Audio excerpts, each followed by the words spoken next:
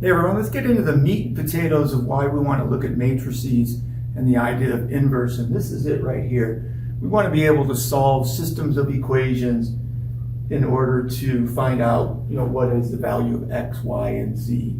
And the idea behind this, let's just go to a very simple situation. If I had something like 5x plus 2y equals 12, and I wanted to solve that, what would I do? I would get, not 2y, excuse me, just 2. 5x plus 2 is equal to 12. So I'm going to subtract 2, I'm using the additive inverse, right, to get rid of everything that isn't an x term. And so I get 5x equals 10. And then I multiply, well, what you would do is divide by 5. But divide by 5 is the same as multiplying both sides by 1/5. And I put it over here to the left because in the matrix world, order of operation does matter. Multiplication is not commutative. All right, so 1/5 times 5, this is 5 to the minus 1 power, or the multiplicative inverse of 5, and so I get just x. On the right-hand side, I get 2. So x is equal to 2 in this situation. All right, that's a pretty simple example, but how do I do that here? Well, it's the same idea. I need to set this up in such a fashion that I'm working with matrices. And the way I do that is I separate out what are referred to as the coefficients matrix and the constants matrix. And the coefficients matrix is exactly that. It's a matrix made up of the coefficients that you see here. So that matrix would be 2, -2, 1, 1, 3, 2, 4, -2, and 4.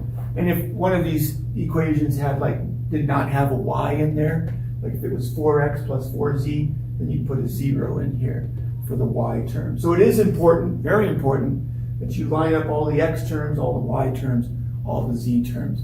And this can go out into more larger systems of equations, right? But remember, you have to have the same number of equations as you have unknowns. That's why you'll always get a square. Because if I have 3 unknowns, I got to have 3 equations.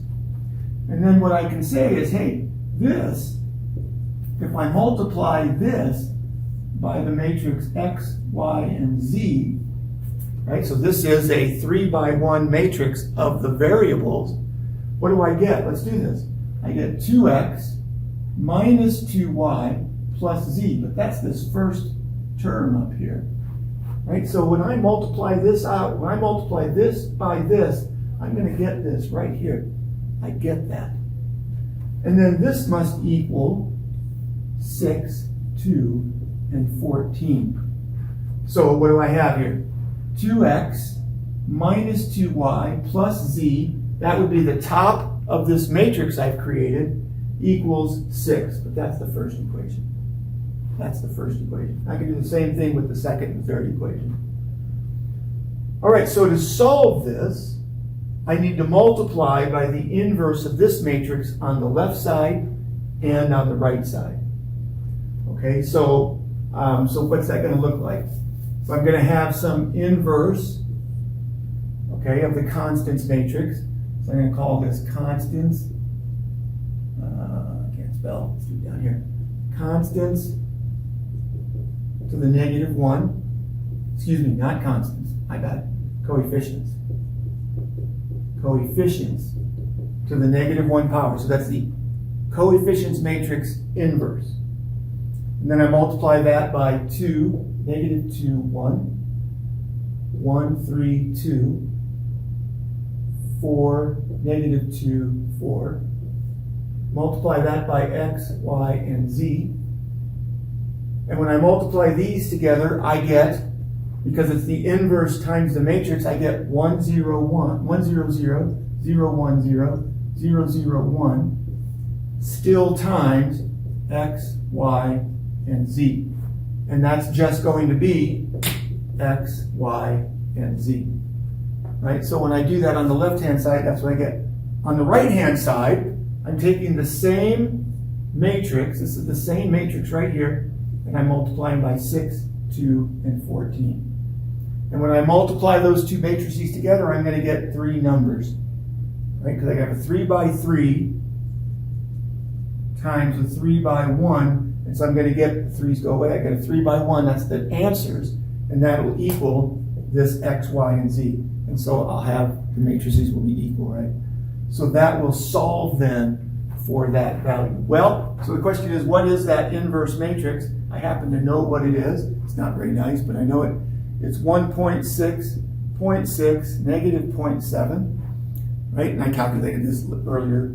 0.4, actually I did it in my head, right? 0.4, 0.4, and negative 0.3.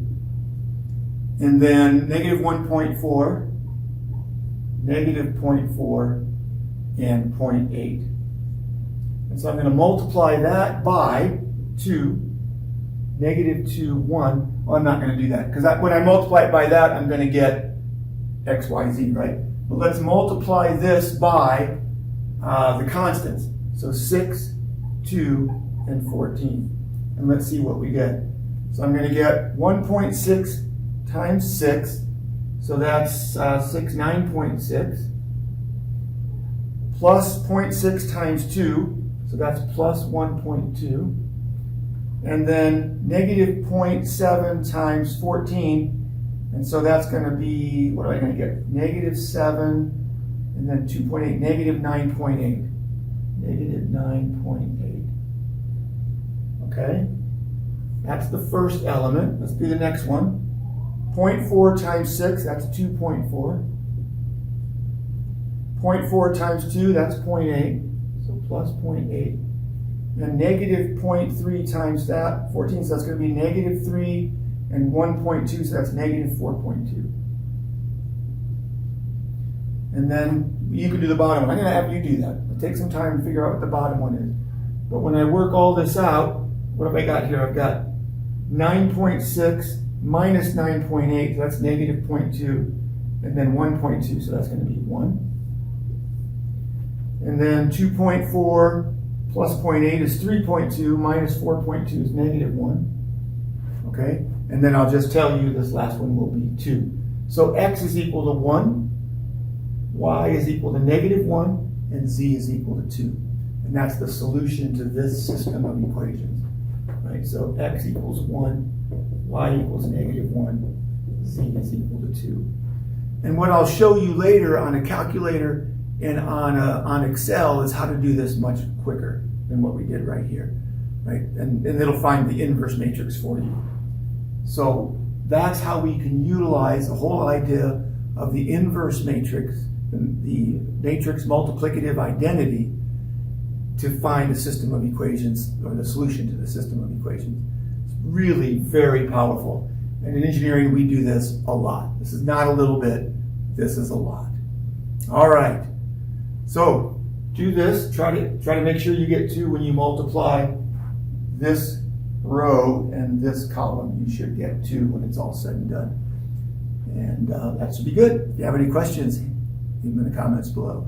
Thank you.